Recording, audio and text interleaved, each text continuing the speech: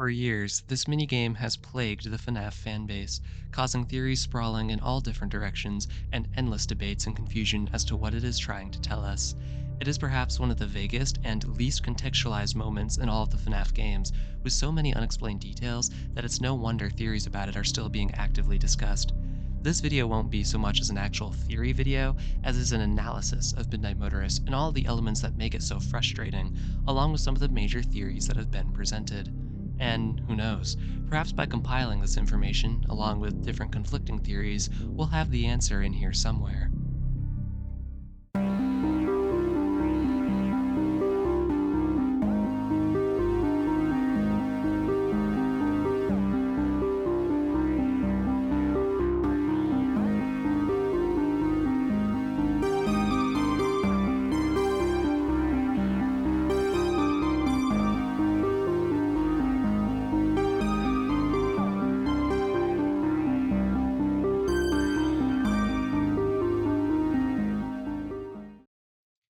Midnight Motorist is just one of those things that feels like everything aligned perfectly, and realistically was probably designed to an extent to be infuriating. So many details coexist in ways that seem to directly lead to layers of different questions whose answers can vary based on other previously held beliefs about the story.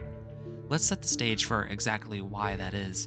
The minigame appeared in the FNAF Pizzeria Simulator, a part of a trio of 8-bit style minigames that have been utilized throughout FNAF to prompt lore discoveries and theorizing. The vague atmosphere that this 8-bit style allows is what causes so much of the overall confusion, as there are barely any details to latch onto during what is happening, the character's main defining features at times being just a singular color. A lot of FNAF's lore-related minigames are like this, but obviously working with this kind of atmosphere automatically puts us at a disadvantage from a clarity standpoint. Also, going forward, it is important to note that the game it appeared in was at one point meant to be the finale to the FNAF series, with UCN coming out a little later serving as more of an epilogue, but for a while FNAF Pizzeria Simulator was considered to be the big finish of FNAF, and no matter what, it was certainly the end of an era, the first arc of FNAF so to speak.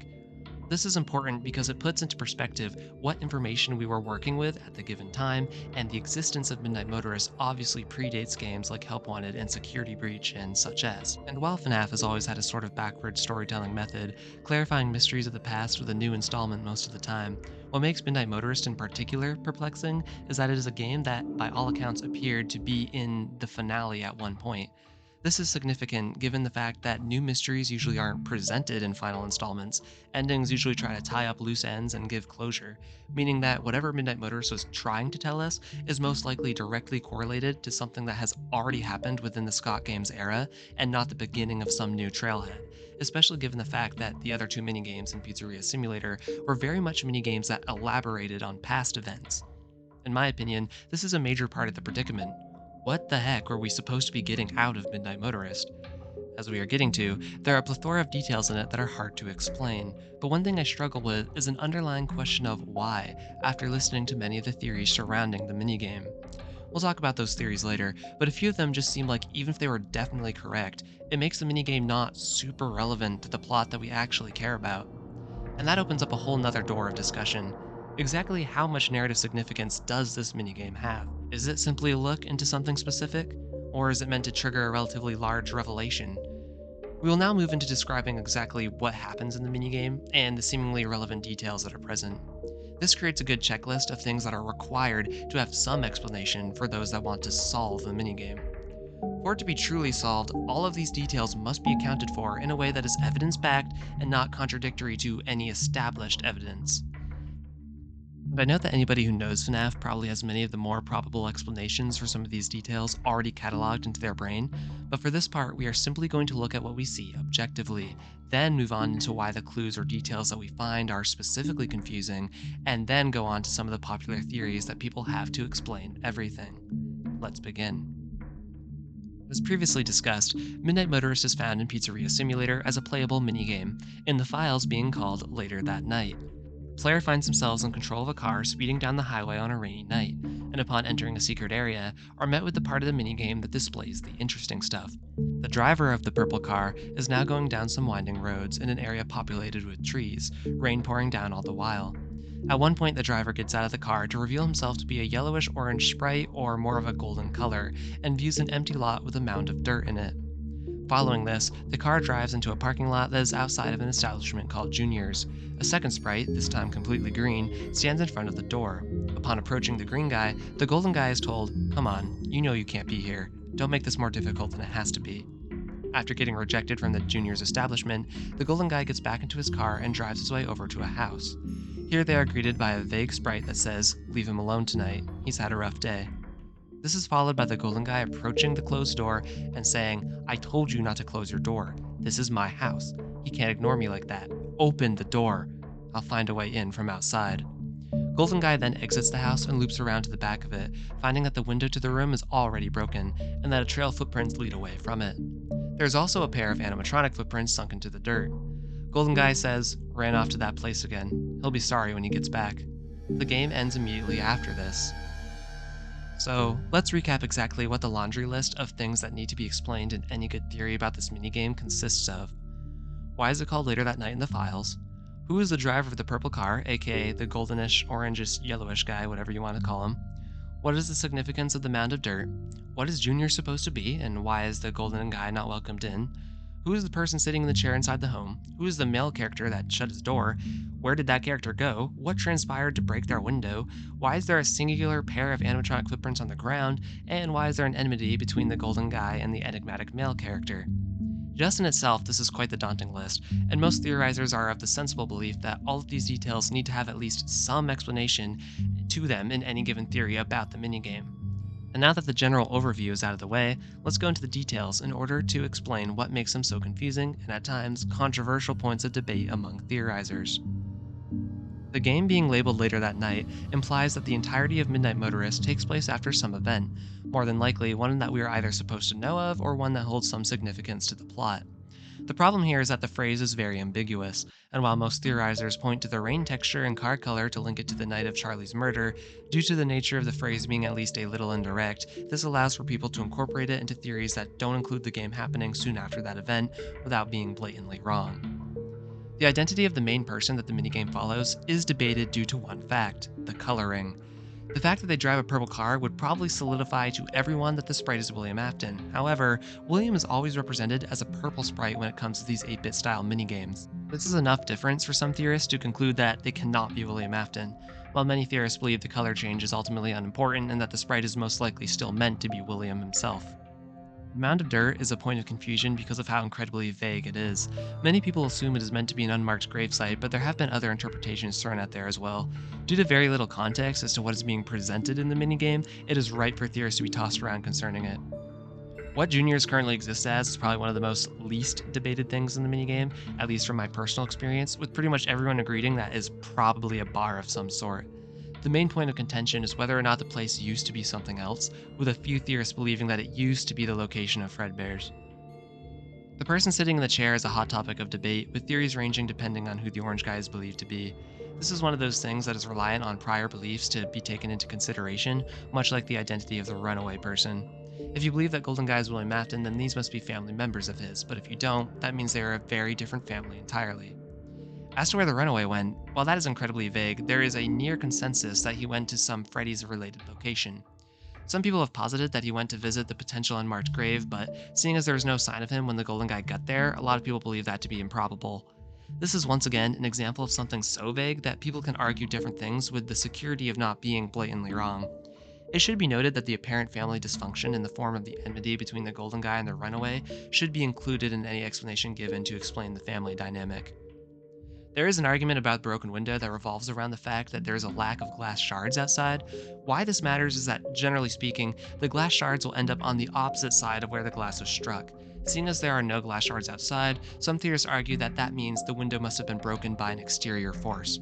However, it also isn't an unlikely option that glass shards simply weren't included either way.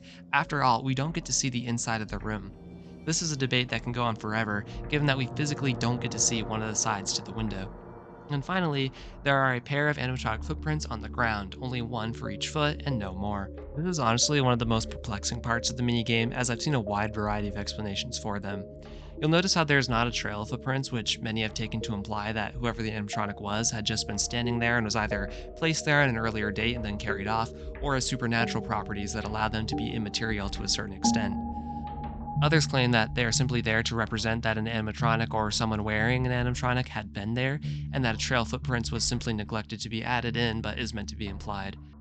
Given how little visual detail is present in 8-bit style minigames, with many things being representative, it is sometimes difficult to tell what details might be implied to exist but simply aren't shown. And those are basically all of the points of debate throughout the minigame, at least the majorly discussed ones. What I think has been displayed throughout the course of this video is that each of the elements can be interpreted in multiple ways, with each interpretation being capable of being reasonably disputed. And even if you believe that there is one interpretation that is far above any other in probability of being correct, you still have to admit that it is possible for someone to argue something different, even if their suggestion might be more unlikely, because that is simply the way the minigame was designed. For instance, I think the golden guy is the prime example of this. The fact that the car is purple would be an obvious indicator to anyone that it belongs to William Afton. The fact that the sprite is a goldish color being why it is even possible to reasonably argue against that in the first place. This is what I'm talking about with how the minigame was designed. Obviously, Afton and purple are very much synonymous at this point, so if the sprite was indeed intended to be Afton, even given the several explanations theorists have proposed for the color change, there is no doubt that the creator of the game was conscious of the fact that it would be confusing, and it just feels like pretty much every major element of the minigame was designed in this fashion. Now that we've hit all the bases for why Midnight Motorist is a mystery, let's take a look at a few of the theories that attempt to solve it. The point of this isn't to try and confirm or debunk any theory mentioned, but if any support or counterclaims are obvious or have been given in feedback to the theories, we'll touch on those. Also, it should be noted that there are certainly many more theories that exist than will be covered here. We'll just be taking a look at either some theories that are popular among the community or have been provided by recognizable FNAF YouTube theorists. Keep in mind, there can be general theories that have smaller nested theories within them that differ from each other, creating even more topics of debate that surround this minigame. First, we should definitely take a look at the Afton family theory, as if I had to guess, I'd say that is most widely believed interpretation by the general fanbase. Basically, everything under this theory umbrella revolves around the golden guy being William Afton, and the other residents of the house being members of his family. Almost everyone who subscribes to this line of thinking agrees that the minigame takes place directly after Charlie's murder, and the general population of these people can also agree on Junior's being some kind of bar, whether or not it has or had any other significance being lightly disputed as alluded to before. The mound of dirt is interesting, as it usually comes down to one of two suggestions: the crying child's grave or Elizabeth Afton's grave. If a theorist believes that crying child is the first kid in the timeline to die, then this could make sense, as it would both explain why it is so close to the Afton home and would have some sort of significance to William. However, if this were the case, it is strange that they were able to just take the body and put it in an unmarked grave without anything more official having to be done, especially given that the crying child had such a public death, which is why some suggest it could belong to Elizabeth. Elizabeth died from getting clawed by Circus Baby when supposedly no one else was around, and some theorists have suggested this is why the grave is unmarked, as William wanted to bury her quietly, his daughter simply disappearing from the public being a better alternative than people discovering that he had killer animatronics. There is another fork in the road when we get to the casual TV enjoyer in the house. From what I can tell, there are three major camps for Afton believers. Chairperson is either Michael, Mrs. Afton, or Henry. If Michael is in the chair, then that means he was left to watch the crying child, who is the runaway in this scenario, with Elizabeth probably being in the grave. A lot of people have issues with this given that Michael sounds more caring about his brother than seems characteristic of him, and that running away doesn't seem characteristic of the crying child either. Also, the fact that if the mound of dirt is Elizabeth's unmarked grave, that means she died way earlier in the timeline than most people consider likely. Mrs. Afton believers cite the care in the chairperson's dialogue to sound vaguely motherly, and that is much more like Michael's character to run away and continually visit wherever he's off to. It would also make sense that William is especially angry towards Michael, given that he played a major role in the death of his younger brother and William's other son. A lot of people have problems with this, given that there is no clear indication of the chairperson being a woman, albeit there isn't much detail to that sprite at all, and the fact that Mrs. Afton has been pointedly absent from pretty much the entirety of the series, despite being implied to exist. It should be noted that believers of this route typically think that the dirt mound could be Crying Child's grave, or I suppose Elizabeth could work as well, but a lot of people do admit that it can be up for other interpretations. The other one I'll mention here is a belief that the chairperson is Henry, the idea basically being that William enlisted his business partner to babysit Michael. This creates for some twisted irony. While Henry was watching over William's kid, William was off murdering Henry's kid. People will say there is a certain air of weirdness around this interpretation, as it is kinda strange that Henry would leave Charlie out of his care in order to babysit for William. The window break and the footprints outside of the runaway's room is a tense topic, given that there is so little context for it. Some people believe the runaway broke the window from the inside and ran off, which does correlate with a rebellious attitude that a kid running away typically has. Others wonder if the window is broken from the outside and the animatronic footprints have something to do with it, but that typically falls better under different interpretations as to the identity of the family. Some theorists postulate that William placed an animatronic outside the window in order to scare whoever was inside and prevent them from going out.